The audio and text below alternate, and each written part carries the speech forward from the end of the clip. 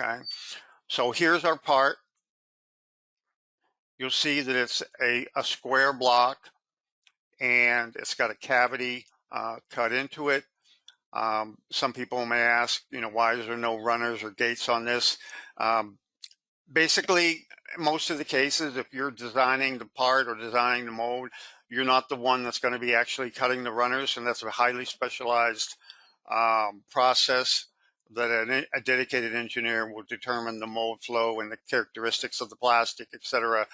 Determine where the runners are going to be, how large they are, how big the gate is, etc., etc. So a good mold shop will prefer that you don't put any runners and gates and let them do it themselves. So in any 3-axis project, with any project actually, 2-axis, 3-axis, or 4 or 5, is to evaluate the part and what kind of geometry you have to work with, and just get in your mind how you're going to approach the programming of this part. So obviously we've just got a cavity block, and then we got a straight cavity cut out, from the top down. So we're going to start on the program tab. For those of you who are very new to the product, you can run the mill module from up here, selecting mill, which will display the machining browser on the left. And in the top portion, we have the machining browser, which is actually called, the top portion is called the machining browser, and the bottom portion is called the machining objects browser. So we got 2 tabs at the top, program and simulate. We're going to do all of our programming here on the program tab. We're going to work our way from left to right, and then we'll use the simulate tab to run any simulations, and we'll use the machining objects browser down here to create or show you some tools. I already have the tools created, but I'll show you how you do that to create the tools, and I'll show you how to save a tool library and load one. Okay, so we're going to start from the programs tab, upper left, and in 3-axis for the machine definition, it's always set to 3-axis, whether you're doing 2-axis or 3-axis. So that's set to 3, and there's really nothing else that you really need to do here unless you're going to do some specialized things such as tool change points, or you've got a very restrictive work envelope. You can set your min-max areas of the machine. So we got that defined. The post itself, this is the same for any operation, 2, 3, 4, or 5. Select your post processor. We have a legacy post selection or a programmable post selection.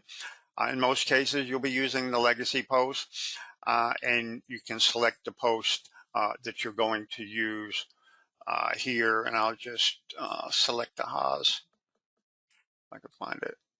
Okay, we'll pick OK there. So we got our post defined. Now, under setup, by default, there is one setup that comes with the product when you open any file or new file.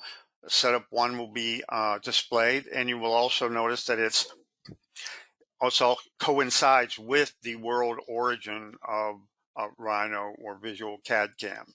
So you don't really have to do anything related to the setup if you're in the standing configuration and then the part's already oriented the way you're going to machine it with the Z up. Your cavity is pointing upward and Z positive. So that's the way it needs to be in order to machine it. So we don't have to worry about setup. Let's move over to stock definition.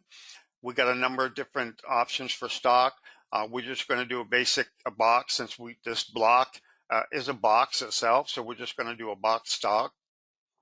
And we're going to assume that the block is finished. In other words, the square blank is machined out to the correct dimensions. The top is flat and machined. We don't have to machine these areas here. We're just going to cut the cavity portion. So we're going to select copy model bounding box, which will measure the length, width, and height of the part itself, the maximum dimensions, and it'll display them here. So it's 20 by 20 by 4 inches high. So we're going to pick OK, and we'll turn our stock on. The artifacts here, you'll see that it's just fighting for display space, since the stock is the exact same dimensions of the part itself. Okay, for alignment, we don't really need to alignment since our stock is the exact size of our part. But if you had like a larger stock, you know, if you wanted to align it with the part itself, you could use the align options here. You can move the stock around in relation to the part itself if needed. And then also there's another option here, set world CS. If your part comes in, if you're importing a part and it comes in way over here somewhere in space, you can use the set world CS to actually move it to the world origin automatically for you. Okay, so we got the machine setup section, we did the stock section. So now we're ready to actually start programming the part. The first thing we want to think about is the work zero.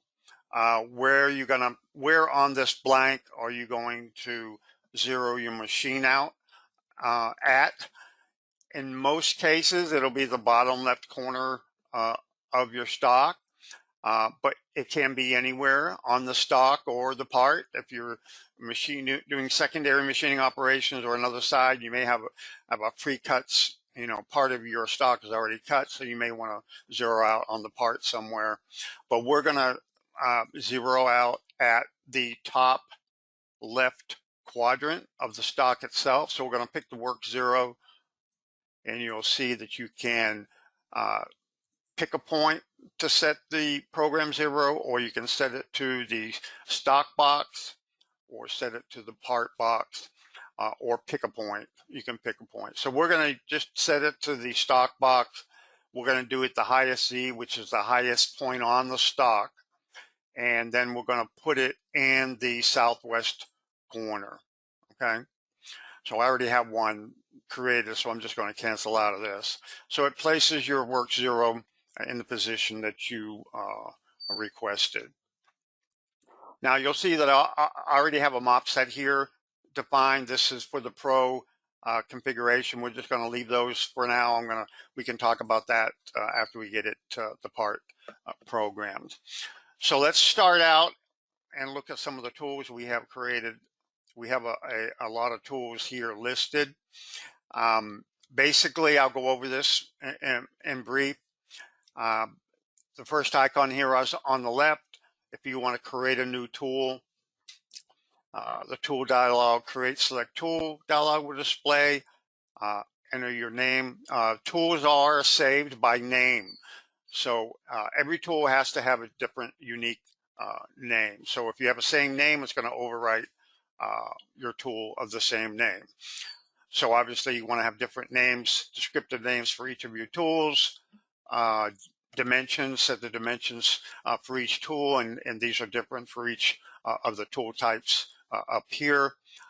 You can define your holder, and also over here you can set the properties of the tool material, the cut material color. You can set that if you want to set it here.